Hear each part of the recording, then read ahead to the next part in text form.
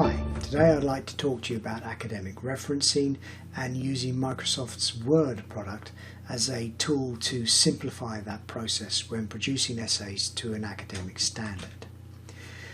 When you're drawing in the various strands of thinking that you've developed during your research into the subject of your essay, you're going to want to present those to the person reading your essay so that they can follow the development of your thinking, talking about what are your key sources, what are the major issues and debates about the topic, etc., etc.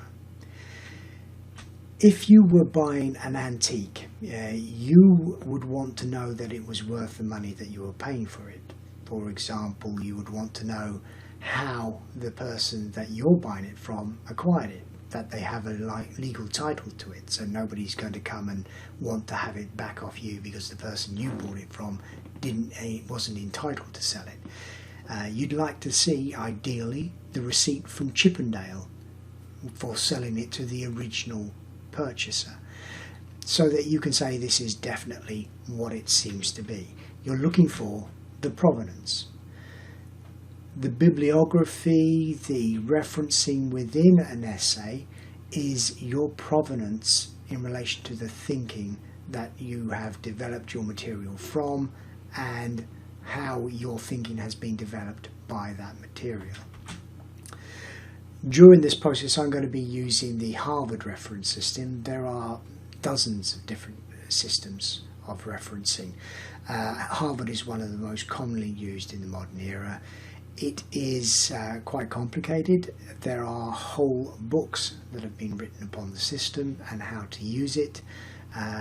We want to simplify that for the novice, and when Office 2007 came in, it brought in the tools that I'm going to share with you today, which does exactly that.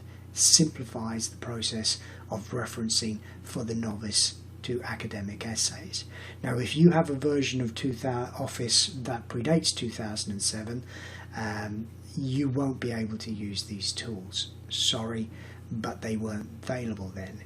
If you have a version from 2007 onwards, these tools will be there.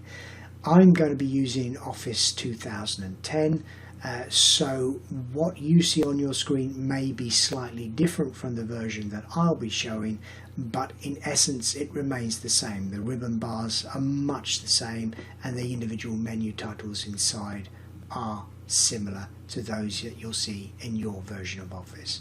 So let's have a look at Word. Okay, so I've opened up an academic essay that I've been working on the outbreak of the First World War in 1914, to which I'm going to append a reference and create a bibliography so that we can see how Microsoft Word can assist us with regard to that. So I'm going to go scroll to the end of the essay, where I have a portion here that refers to the lack of supranational organisations capable of resolving such issues short of war, and I'm going to append a reference to that from a book called A Concise Global History of the First World War by William Kelleher Story, which I have here in a PDF format.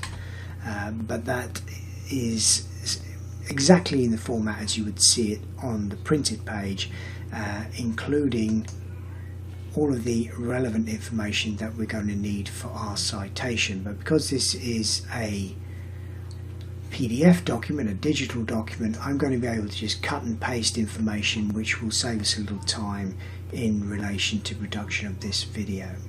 So let's go back to our Word document, and the tab we want up here on the ribbon is References. Now, this isn't a book that I've added into my sources before, so I'm just going to go up here and click on Manage Sources.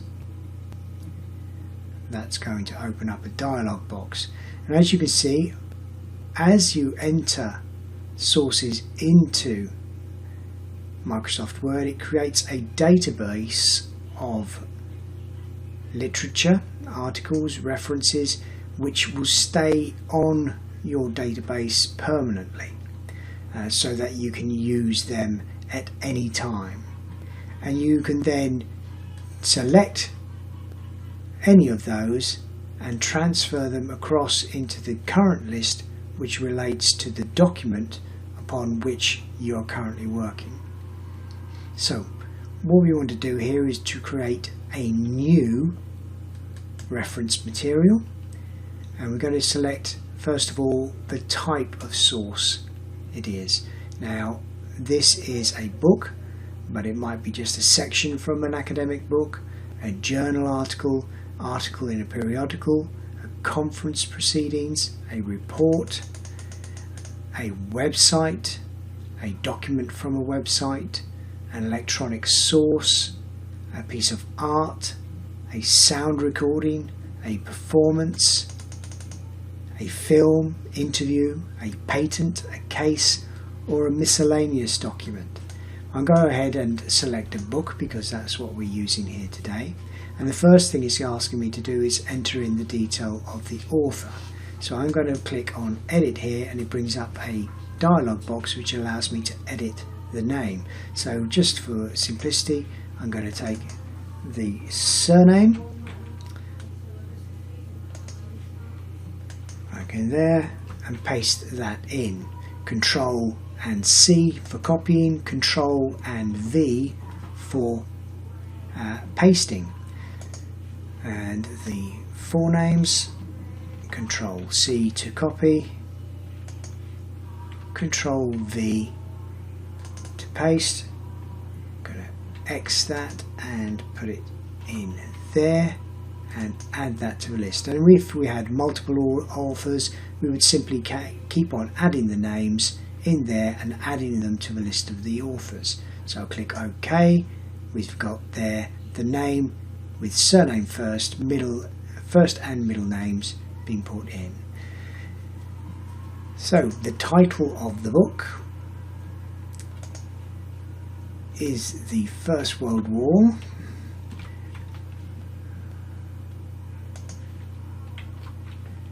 And it has a subtitle, so I'm going to put in a colon, a concise global history.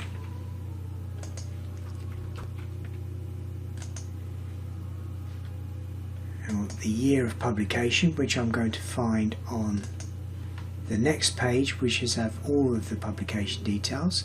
So we see here that this was copyrighted 2009, and this is the first paperback edition, which was published in 2010. So obviously the hardback comes out first, then the paperback version.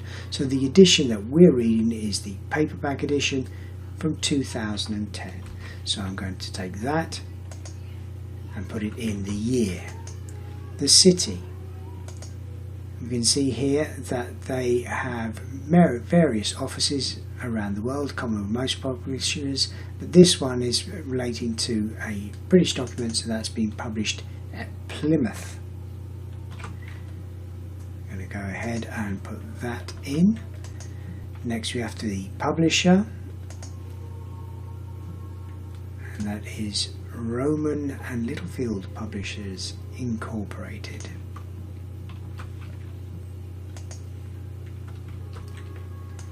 And the edition is the first paperback edition.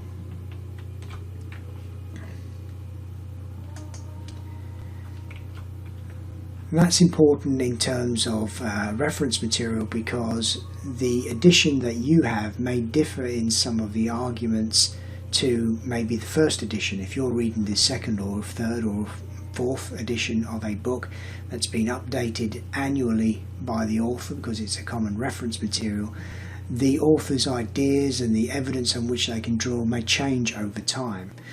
So that you need to make sure that the person who's looking at your argument is referring to the same material that you were referring to. Now I'm just going to go ahead here and click on Show All Bibliography Fields, and you can see there's a very precise amount of information that you can dig down to in order to ensure that they know exactly what document it is that you are referring to. So but we're not going to use that, we're just going to go for a simple bibliography, and we're going to click OK. So let me just scroll down and check. Yep, there it is. OK. Now on the current list document, you'll see that there are documents such as this which have a little tick next to them, and documents such as the one we just entered, and others that don't have ticks next to them. That's because the ones with ticks are documents where we've already added a reference, i.e. we've cited that material inside the academic reference, and those without a tick are books that we have read and studied in preparation for this essay, but have not cited directly in the work. So I'm just going to go ahead and close that dialog box. Right, so coming back to our essay, we have placed our cursor at the point where we want to enter the reference. And we're going to insert a citation. Now when we click on this button, it brings up the current list that we created in the Manage Sources book box that we just looked at. I'm going to scroll down here to Story William Kelleher, The First World War, Concise Global History 2010, and click on that. Now you see it's added in the reference Story, 2010 in the Harvard style. So if I go back to Insert Citation, you can see that. Here's where I select the style. Remember I said earlier on, many different styles of referencing. You just select which is most appropriate or required by the academic institute to which you are submitting your material, and the program will select and alter that to the correct format to go into your essay. Alright, so this book that we are citing consists of 206 pages. So we'd like the person reading this to actually be able to look at the same material that we were looking at, which I know is on page 29. So if I go there, and we see that this first paragraph relates to the diplomatic crisis and the fact that there were no such international organisations as the United Nations Security Council where potential conflicts might be delayed and even diffused by discussion.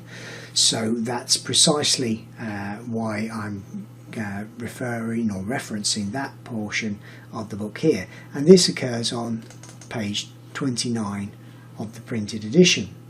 So I'd like them to be able to see exactly there. So if I click on the reference, I get another dialog box which is entitled Citation Options.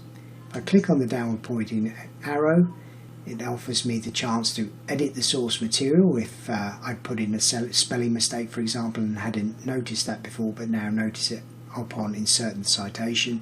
I can edit the source to correct any mistakes there, convert the citation to static text, or update the citation and bibliography if we'd already created a bibliography. But I'm going to click here on Edit Citation, and one of the things it brings up here is that I can add a page number. Could also suppress the author, year or title depending on the citation style being used. So I'm going ahead and click OK, and we see that our citation now, our reference has changed to include the surname of the author, the year of publication, and the page on the particular material to which I am making reference. Okay, so as you can see with the rest of this document, I've added in all of my other references already, so I'm now in a position to go ahead and produce my bibliography and my works cited. So I'm going to go here and click on bibliography, and it's going to ask me what is it I want to add into this document. The works cited is a list of all of the works that I have read which have been actually cited in the document, as in the example we've just given. So I'm going to click on that. Some of your academic essays will only require a bibliography, some may require a work cited, but I'm going to go in ahead and post in both so that they are available, and so that you can see exactly how you go to do that and the distinction and difference between the two. But you can see here that the work cited has been added in very simply, all in the correct format. So for example, the surname, first initial, even though we've added in the full names of Mr. Story, we've got here just his surname, initials, the date of publication, title of the book, the edition, the year, place of publication, and the name of the publisher in the correct Harvard format that we have been requested to use by our supervisor. I'm going to head in now and put in the bibliography, which is the list of all of the books that I read, but which have not necessarily cited in the essay, to give an idea of where I have drawn material from to get the ideas that I've expressed in the essay. And once again, those have all been published in the correct format for the Harvard system. That's quite simple. I hope you've enjoyed it, and if you've any questions, please don't hesitate to contact us on the email attached at the end of this video. Goodbye.